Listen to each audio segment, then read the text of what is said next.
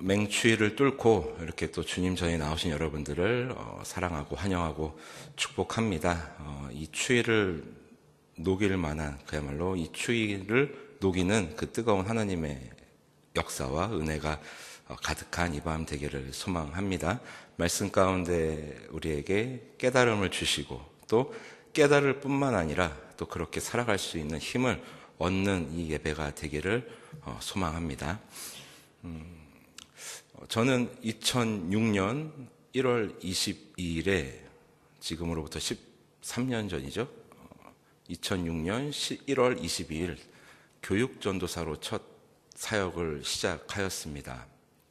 2006년 1월 22일 교육전도사로 첫 사역을 시작하였고, 그리고 그해 12월 9일 이제 한 여인의 남편이 되었습니다. 그리고 2011년 11월 15일 5년 뒤의 일이죠. 그때 이제 한 아이의 애비가 되었고, 그리고 2013년 10월 7일에 저는 이제 목사 안수를 받게 되었습니다.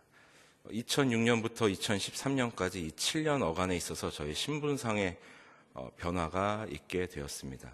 그래서 지금도 기억납니다. 그래서 처음 이제 교육전도사가 되어서 이제 부임을 하였고, 당시 제 나이는 이제 만으로 27, 비교적 어리다면 어리고 또는 늙었다면 늙은 그런 나이인데, 처음 이제 부임해서 그때 처음 설교를 지금도 기억하고 있습니다. 그 서울 한성교회 초등부 교육전도사로 부임을 해서 이제 첫 번째 했던 설교를 지금도 기억하고 있습니다. 마태복음 7장 24절에서 27절까지 말씀이고, 설교의 제목은 아기 돼지 삼형제라는 제목이었는데, 그 설교를 할 때 참 그때 그 참담함을 지금도 또렷하게 기억하고 있습니다. 이제 처음 설교를 시작하니 제가 뭘 알겠습니까? 그래서 열심히 하려고 했는데, 이제 설교를 시작할 때 아이들에게 이제 말리게 되었죠. 자, 아기 돼지 삼형제가 있었어요라고 하니까 아이들이 저한테 딱 그러더군요. 혹시 전도사님 형제들 아니에요? 그러더라고요. 그때는 지금보다 더 컸기 때문에 이제 그때부터 이제 말리기 시작해서 횡설수설하고 갈 바를 찾지 못하고 그렇게 설교를 마치고 정말 고개를 들 수 없는 비참함에 빠졌던 기억이 납니다. 지금이라도 다른 일을 알아봐야 되나 하는 그런 마음이 들었었죠. 자, 그렇게 해서 이제 교육전도사로서의 첫 발을 떼었고, 그리고 이제 그해 12월 9일 한 여인의 남편이 되었습니다. 제가 이제 결혼을 했다라는 것을 가장 실감했을 때가 있었습니다. 물론 신랑 입장할 때도 결혼하는구나 그런 생각이 있었지만, 진짜 내가 결혼했구나라는 것을 느꼈을 때가 언제냐면, 이제 주민센터에서 주민등록 등본을 떼었을 때 그 등본에 저의 이름과 아내의 이름만 오롯이 등재되어 있는 것을 보고, 그리고 제가 호주가 되었다는 것을 보고, 나는 이제 결혼한 몸이구나 라는 것을 실제적으로 실감했던 그 순간이었습니다. 그리고 2011년 11월 15일 이제 저는 한 아이의 이제 애비, 아빠가 되었는데요. 참 지금 생각해보면 특별한 것이 뭐냐면, 제가 이제 사역을 하면서 이제 전도사가 되고 이제 강도사가 되었던 곳, 그리고 제 아이를 얻었던 곳이 바로 이곳 부평 동부교회였다는 것입니다. 제가 교육전도사에서 이제 강도사로 신분 상승을 했던 곳도 부평 동부교회였고, 이제 결혼한 지 5년 만에 이제 아이를 얻은 곳도 바로 이 부평 동부교회였다는 것이죠. 그렇게 봤을 때 이곳은 저에게 약속의 땅 같은 그런 느낌이 드는 그런 귀한 교회가 아닐 수 없습니다. 그리고 그때 저의 아이를 이제 태어난 아이를 받았을 때 그때 감동은 지금도 생생하죠. 탯줄을 제가 직접 잘랐는데 그때 그 촉감이 지금도 마치 한 5분 전의 일처럼 생생하게 기억나고 있습니다. 그때의 감동은 이루 말할 수 없고요. 그리고 이제 2년 뒤 2013년 10월 7일에 이제 목사 안수를 받게 되었습니다. 그야말로 1996년도 제가 고등학교 2학년 때부터 이제 목사가 되고자 하는 꿈을 품었고, 이제 그 꿈이 17년 만에 이루어지던 그런 날이었습니다. 근데 돌이켜보면 그 목사 안수를 받았던 그 날은 그렇게 별다른 감흥이 없었습니다. 솔직히 말하면. 왜냐하면 많은 분들이 오고 가셨고 되게 정신없이 이제 그런 와중에 이제 받았기 때문에 내가 뭐 받는구나라는 생각이 있었는데 뭔가 되게 감동적이고 드디어 이제 목회자가 됐구나라는 그런 마음이 막 생각했던 것만큼 뭐 강하게 오지는 않았었습니다. 그런데 제가 나는 이제 목사가 되었구나, 목사로서 하나님 앞에서 삶을 살아가야 하겠구나라고 느꼈던 결정적인 계기가 있었는데, 그때가 언제인고 하니 2014년 6월 1일 주일 예배 때 처음 느꼈습니다. 왜냐하면 당시 제가 섬겼던 교회 그 4부 예배 말씀을 전하게 되었는데, 그때 이제 제가 목사 안수를 받고 나서 제 인생에 최초의 축도를 한 날이기 때문입니다. 지금 우리 주 예수 그리스도의 은혜와 하나님 아버지 크신 사랑과 성령 하나님의 보호하시며 인도하시며 생각나게 하심이라고 시작하는 이 축도, 그때는 할 줄을 몰라서 막 이렇게 적어서 했습니다. 적어서 축도를 딱 시작하는데 지금 우리 주 예수 그리스도의 은혜와 하고 더 이상 축도를 이어갈 수가 없었습니다. 왜냐하면 눈물이 터졌기 때문입니다. 그러면서 축도를 온전히 끝내지는 못했습니다. 너무 많이 울어서. 그런데 그 눈물 속에서 제가 이제 깨달은 바가 있습니다. 나는 이제 목회자의 길을 가게 되었구나. 이렇게 7년 어간의 제 신분상의 변화가 있으면서 저에게는 요청되는 것이 있었습니다. 바로 무엇이냐? 그 신분의 변화에 따른 삶이었습니다. 교육전도사가 되었다고 해서 섬김과 봉사는 저절로 이루어지지 않습니다. 더 많이 노력해야 하고 더 많이 기도해야 하고 더 말씀 앞으로 가야 합니다. 그리고 그 말씀이 탁상 공론으로 그치지 않기 위해서 열심히 제 삶에 적용해야 하고 말씀대로 살아가야 되는 본을 친구들에게 보여야 합니다. 그럴수록 저에게 다가오는 것은 한 영혼의 그 무거움, 그리고 주님의 말씀의 그 무서움과 또 그 책임감이 저를 짓눌렀습니다. 그런데 그것이 싫은 압박은 아니었습니다. 굉장히 거룩한 부담으로 저에게 다가왔습니다. 그리고 한 여인의 남편이 된다는 것, 결혼했다고 해서 저절로 남편이 되는 것은 아닙니다. 남편으로서, 한 가정을 지키는 그 남편으로서 그 책임감을 가지고 최선을 다해 삶을 살아갈 때 그렇게 남편으로서 위치는 견고해지고 그러한 삶을 살아가게 되는 것이지요. 결코 저절로 이루어지는 것은 아닙니다. 또 한 아이의 아빠가 된다는 것, 그냥 아이를 낳았다고 해서 부모가 되는 것은 결코 아닙니다. 주님께서 주신 그 귀한 생명을 잘 말씀으로 양육하고 그리고 한 여인과 한 아이를 보호하기 위해서 때로는 방패로서, 때로는 총알바지로서 그렇게 살아갈 때 아빠의 자리, 가장의 자리는 지켜질 수 있게 되는 것입니다. 목사 역시 마찬가지입니다. 안수받았다고 해서 이제 나는 목사다, 끝이다 라는 것은 결코 아닙니다. 오히려 그때부터 이제 신앙의 여정은, 저에게 있어서 참된 신앙의 여정은 시작인 것이지요. 그동안 공부해왔고 또 숱하게 보았던 성경을 그냥 죽어있는 활자로 그치게 하는 것이 아니라 지금도 살아서 우리의 삶을 뒤흔들어 놓는 살아있는 하나님의 말씀이 말씀되게 하기 위하여, 하나님을 하나님 되게 하기 위하여, 또 그러한 말씀을 맡은 주님의 종으로서의 삶을 충실히 이행할 때 저는 목사로서 그 주님 앞에서 가치는 발현되게 되는 것입니다. 이처럼 신분의 변화에 있어서 요청되는 것은 그에 맞는 삶, 또 이행해야 할 의무가 있다라는 것입니다. 저절로 되는 것은 아무것도 없습니다. 지금 사도 바울이 그 이야기를 하고 있는 것입니다.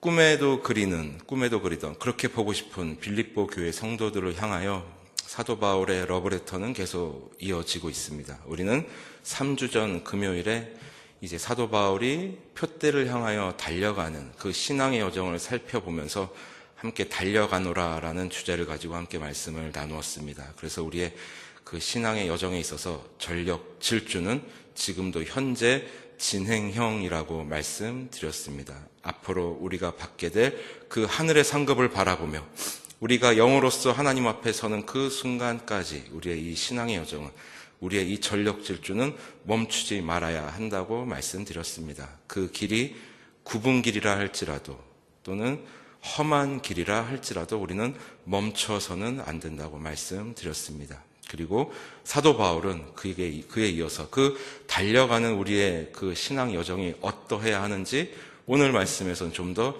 구체적으로 이야기해 주고 있습니다. 오늘 본문 17절을 보시면 이렇게 시작합니다. 형제들아 너희는 함께 나를 본받으라. 사도 바울은 빌립보 교회 성도들을 향하여 이 형제들이라는 표현을 굉장히 즐겨 사용했습니다. 형제. 이 한 단어만으로도 사도 바울이 그 빌립보 교회 성도들을 어떻게 생각하는지 알 수 있는 그런 대목입니다. 그 자신의 핏줄 같은 형제들에게 지금 이야기합니다. 너희는 함께 나를 본받으라. 얘들아, 나 좀 봐봐. 나 좀 본받아 봐. 약간 사도 바울이 교만하게 이야기하고 있는 것 같습니다. 그런데 여러분들도 아시다시피 사도 바울은 결코 교만한 그런 사람이 아닙니다. 사도 바울의 이러한 얘기는 빌립보서 1장 26절에서 사도 바울이 했던 얘기와 그 결을 같이 합니다. 빌립보서 1장 26절입니다.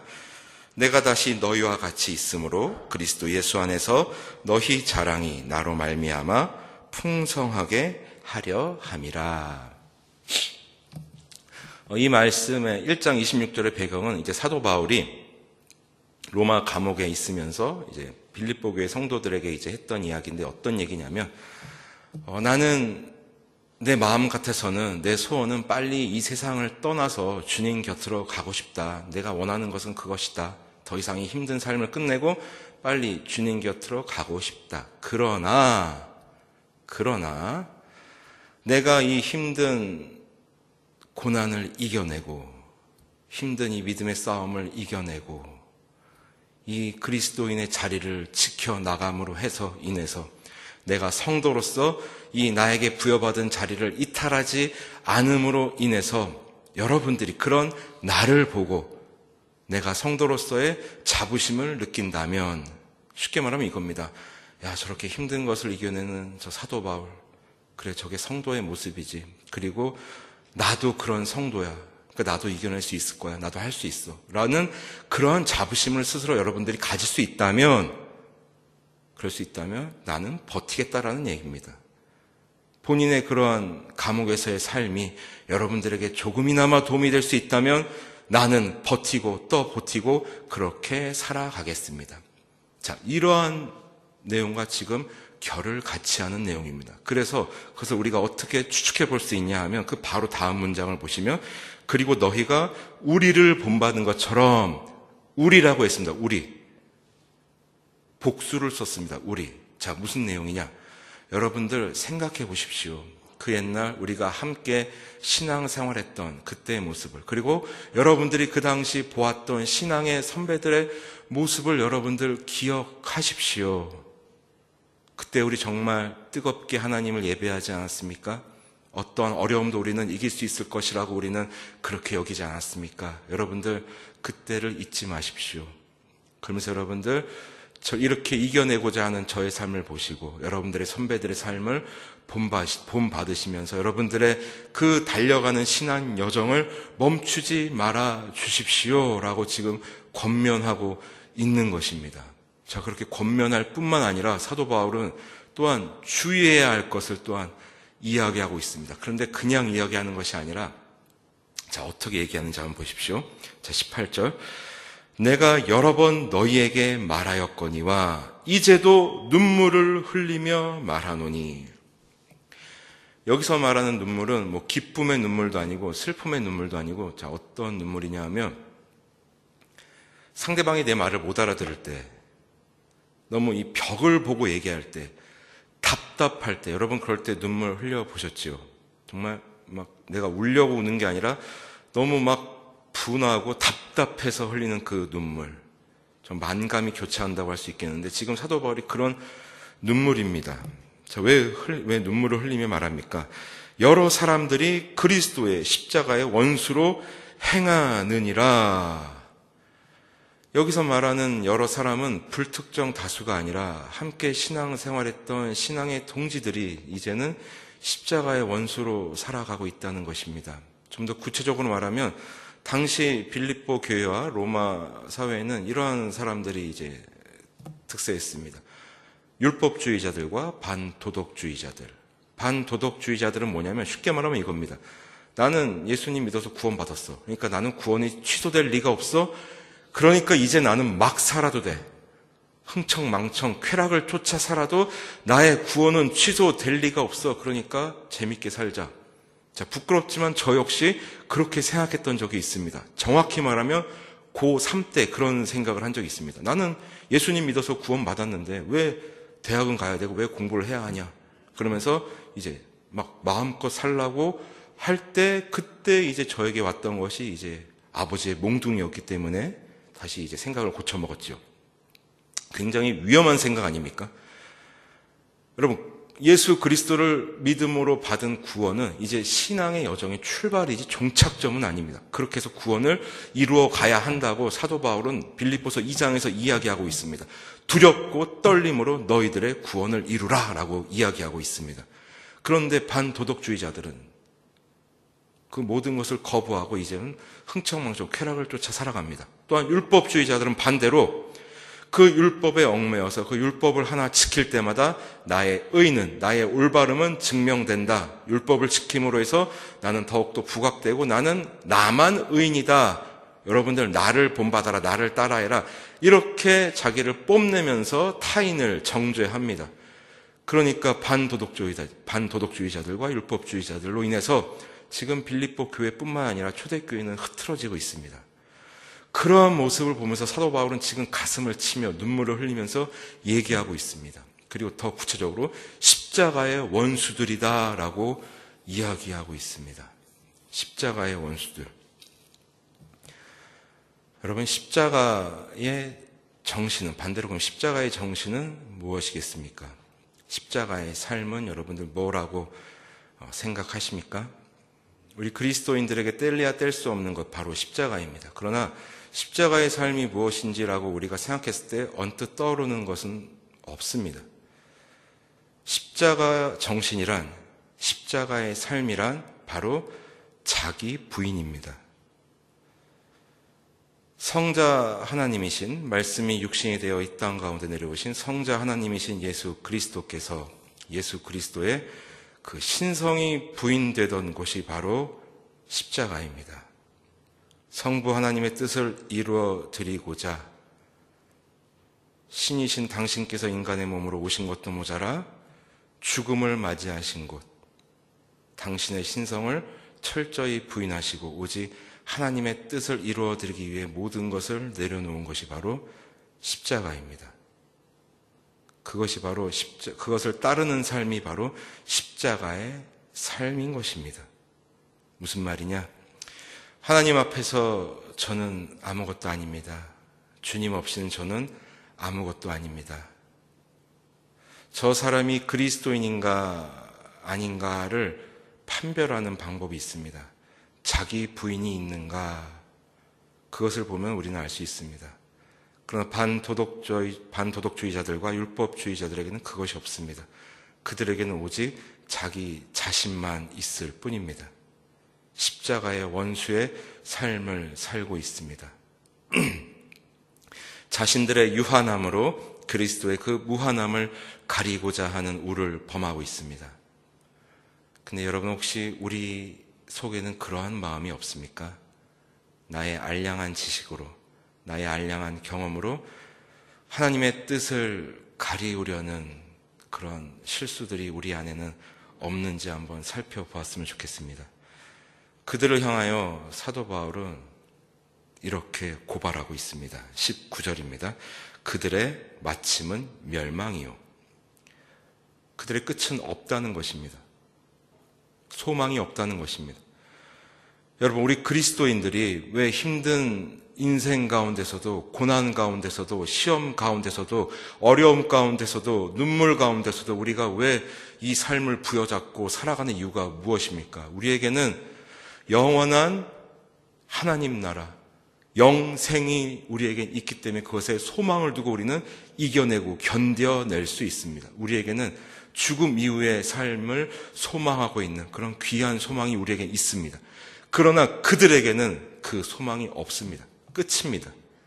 그냥 죽으면 그들에게는 끝입니다. 영생이 허락되지 않습니다. 그렇기 때문에 사도 바울은 그들을 이렇게 얘기합니다. 그들의 마침은 멸망이요. 그리고 그 다음 고발이 더 뼈를 때립니다. 그들의 신은 배요. 이게 무슨 말이냐? 그들이 섬기는 것은 그들의 자신의 배다라는 얘기입니다. 그들의 우상은 그들의 배. 즉 그들이 섬기는 것은 그들 자신의 탐욕이라는 것입니다. 그들의 쾌락과 탐욕을 위해서라면 뭐든지 한다는 것입니다. 그런 그들에게 소망이 있을 리 만무합니다. 그리고 그 영광은 그들의 부끄러움에 있고 땅의 일을 생각하는지라. 여러분, 사단이 빛을 좋아하겠습니까? 싫어하겠습니까? 사단은 빛을 싫어합니다. 왠지 아십니까? 그 빛이 비추이면 자신의 그 더러운 죄악된 모습이 낱낱이 드러나기 때문에 그 생명의 빛을 싫어합니다. 그래서 어둠 가운데서 역사합니다. 지금 그 얘기를 하고 있습니다. 그들에게 있어서 예수 그리스도의 생명의 빛은 그들의 부끄러움을 나타내는 그거에 불과하다. 그렇기 때문에 그들은 이 생명의 빛을 거부한다. 그들은 영광은 그들의 부끄러움에 있다라고 지금 이야기하고 있는 것입니다.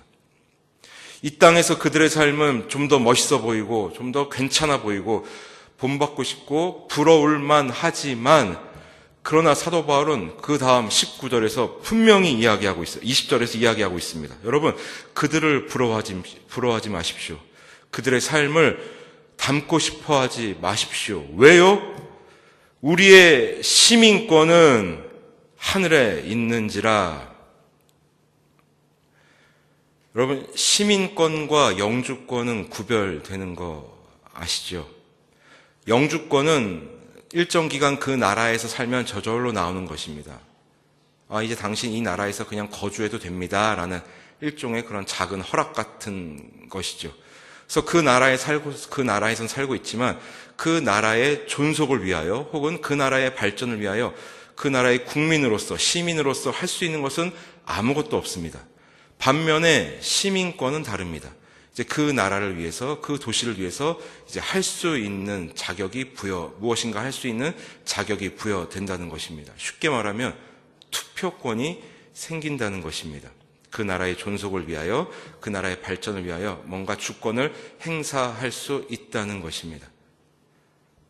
대한민국 국민에게는 4가지의 의무가 있습니다. 교육의 의무, 근로의 의무, 납세의 의무, 국방의 의무입니다. 이 4가지 의무를 이행할 때 그 사람은 대한민국 국민으로서 자격이 부여되고 또 대한민국을 위해서 투표권을 행사할 수 있으며 국민으로서의 주권을 행사할 수 있습니다. 그리고 시민권이 부여될 땐 또 따라오는 것이 있습니다. 그 나라, 그 도시의 시민으로서 이행해야 할 의무가 따라온다는 것입니다. 아까 말씀드렸던 대한민국 국민의 4대의 의무처럼 그 나라를 위해서 이행해야 할 의무가 따라온다는 얘기입니다. 그러면 하나님 나라의 시민권을 가진 우리에게 있어서는 하나님 나라를 위하여 애쓸 수 있는, 하나님 나라의 존속을 위하여 무엇인가 할 수 있는 자격도 있지만 또한 동시에 의무도 부여된다는 것입니다. 그것을 사도 바울은 우리가 3주 전에 살펴보았던 그 앞 본문에서 이렇게 얘기했죠. 나는 달려가노라. 달려간다고 이야기하고 있습니다. 그 시민권을 부여받은 자로서 그 하나님 나라의 존속을 위하여 나는 달려갈 것이고 나에게 부여된 그 의무를 이행할 것이다 라고 사도 바울은 지금 이야기하고 있습니다. 그러나 여러분 모두가 아시는 것처럼 그 길은 결코 쉽지 않습니다. 신앙의 여정이 탄탄대로라면 얼마나 좋겠습니까? 여러분, 사도 바울은 감옥에 갇히지 않아도 될 사람입니다. 그러면 하나님께 크게 귀하게 쓰임받은 일꾼이고 또 당시에 교육을 덜 받은 것도 아니고 그가 어떤 범죄를 저지른 것도 아닙니다. 거듭 말씀드리지만 로마 사람들이 따르지 못할 이상한 풍속, 즉 복음을 전한다 하여서 지금 그는 투옥되었습니다. 그의 인생은 정말 어려움, 고난의 연속입니다. 그러나 그는 멈추지 않고 달려갑니다. 하나님 나라의 시민권을 내팽겨치지 않고 그 시민권을 부여받은 자로서 본인에게 부여된 그 의무를 이행하기 위해서 최선을 다해 달려갑니다. 그의 삶이 하나님 나라의 존속에 조금이나마 보탬이 되는 줄 그는 알고 있었습니다. 그리고 그가 이 시민권을 내팽겨치지 않고 그의 삶을 살아갈 수 있었던 진짜 이유는 바로 21절에 나와 있습니다. 그는 만물을 자기에게 복종하게 하실 수 있는 자의 역사로. 예수 그리스도는 삼위 하나님 가운데 성자 하나님이십니다. 모든 만물의 주인이시고 모든 이름 위에 뛰어나신 예수 그리스도이십니다. 그렇기 때문에 모든 만물을 자신의 의지대로 힘대로 하실 수 있는 분이 바로 예수 그리스도입니다. 자, 그분의 능력으로 우리의 낮은 몸을, 죄악으로 오염된 몸을, 훼손된 이 육체를 어떻게 해요? 자기 영광의 몸의 형체와 같이 우리가 그렇게 부여받은 시민권을 지켜내며 의무를 이행하고 그런 삶을 살아갈 때 우리를 당신의 몸과 같이, 좀 더 구체적으로 말씀드리면 부활하신 육체, 그 육체 그대로 하늘로 올라가신 그 귀하신 영광의 몸, 우리 담임 목사님의 표현을 빌리자면 영화적 칭의, 더 이상 좋을 수 없는 상태, 그렇게 우리를 만들어 주시겠다는 겁니다. 그것이 바로 우리의 생명의 면류관이요 우리에게 준비된 하늘의 상급이라는 것입니다. 그 시민권을 우리가 지켜나갈 때, 그 시민권을 지키는 방법이란 십자가의 정신으로 십자가의 삶을 살아가는 것입니다. 그러므로 사랑하고 존경하는 지금 이 순간에도 십자가의 삶을 살아가고 계시는 성도 여러분, 앞으로 우리가 하나님 앞에 서는 그 순간까지 우리 생에 얼마나 많은 어려움이 있을지 모르겠습니다. 저도 그 삶을, 그것을 생각하면 때론 솔직히 말씀드리면 무서울 때도 있습니다. 두렵기도 합니다. 그러나 제가 바라는 것이 있다면 이 사도 바울의 생애를 묵상하면서 제가 하나님 앞에 바라는 것이 있다면, 하나님, 이 사도 바울의 삶을 묵상하면서 오늘날 그의 삶을 보면서 아, 이렇게 살았구나, 감탄으로 끝나는 것이 아니라 저 역시도 비록 비천한 삶이지만, 미약하지만 조금이나마 이러한 삶을 살 수 있도록 주님 인도해 주십시오. 십자가의 삶을 머리로 알고는 있지만 때론 나의 알량한 삶의 무게로 그 가늠할 수 없는 그리스도의 무게를 가리려고 하는 저의 이 죄악된 저의 삶을 주님 붙잡아 주옵소서. 끝까지 이 신앙의 여정을 완주할 수 있는 힘을 허락하여 주옵소서. 여러분, 방법이 없습니다. 십자가 앞에 나아가는 것밖에는 방법이 없습니다. 끊임없이 하나님 앞에서 나 자신을 부인하며 오직 내 안에 살아계시는 분은 예수 그리스도시라는 것을 우리가 끊임없이 되뇌이며 또한 그것을 우리가 묵상하며 그것을 우리가 삶으로 표현해내는 것밖에는 방법이 없습니다. 그런데 그렇게 우리가 살아가면 왠지 많이 억울할 것 같지 않으십니까? 그렇게 우리를 부인하고 살아가고 그렇게 낮은 모습으로 살아가면 대체 우리는 언제 부귀 영화를 누려보고 언제 한번 높아지나, 이런 생각 여러분 들지 않으십니까? 자, 그러한 우리의 질문 앞에 하나님께서는 야고보 선생님을 통하여 이렇게 이야기해 주십니다. 야고보서 4장 10절입니다. 주 앞에서 낮추라. 그리하면 주께서 너희를 높이시리라.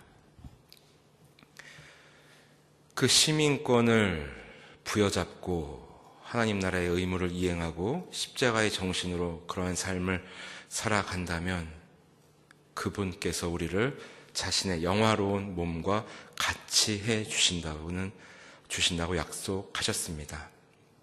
전능하신 하나님께서 우리의 삶을 통째로 들어 사용하시고 우리의 삶을 인도해 주신다고 약속하셨습니다. 바라기는 하나님 앞에 서는 그 순간까지, 그때가 언제가 될지 모르겠으나 오늘 이 말씀을 생각하며 십자가의 삶을 놓지 않고 시민권, 하늘에 속한 이 시민권을 놓지 않고 끝까지 그 표대를 향하여 달려가는 우리 모두가 되었으면 좋겠습니다. 그러한 삶을 살아갈 때 어찌 하나님께서 우리의 삶을 인도해 주시지 않겠습니까?